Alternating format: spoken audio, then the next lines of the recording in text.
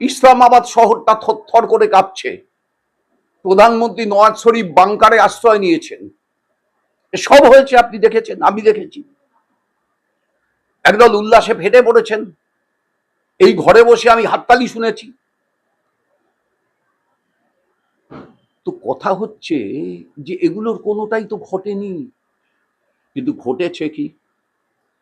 ঘটেছে হচ্ছে পহেলগাঁওয়ে যাওয়ার পথে বৈশারণে আমাদের ২৬ জন পর্যটককে ধর্ম জিজ্ঞেস করে খুন করা হয়েছে। সেই তাদেরকে উদ্ধার করতে গিয়ে ইসলাম ধর্মাবলম্বী আদিল শেখ জীবন দিয়েছেন, যিনি ঘোড়া চালান। প্রশ্নটা সেখানেও না। প্রশ্নটা হচ্ছে পৃথিবীর ভিতর সবচাইতে বড় মিলিটারাইজড জোন হচ্ছে কাশ্মীর। পৃথিবীর ভিতর সবচাইতে মিলিটারাইজড জোনে ঠিক ওই দিন ২২শে এপ্রিল ৩ ঘন্টা সময়কালের জন্য বৈশারণ ভ্যালি যাওয়ার পথ এবং বৈশারণ ভ্যালি থেকে পহেলগাঁও যাওয়ার পথ, এই গোটা পথটা মিলিটারি শূন্য থাকলো কেন? কাকতালীয়।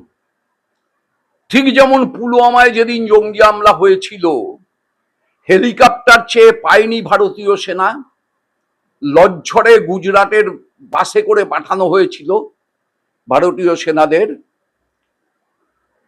সেই বাসটার যাওয়ার পথটা স্যানিটাইজ করা হয়নি, মানে আর্মির ভাষায় স্যানিটাইজেশন হয়নি, এবং সেখানে জঙ্গি হানা হলো এবং আমাদের ৪২ জন জওয়ান মারা গেলেন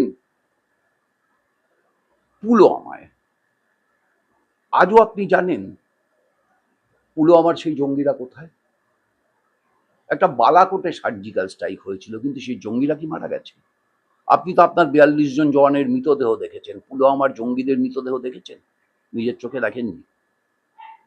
আপনার টিভি আপনাকে দেখায়নি? আজও আপনি জানেন যে ৩০০ কেজি RDX কোথা দিয়ে ঢুকেছিল আর কোথায় চলে গেল?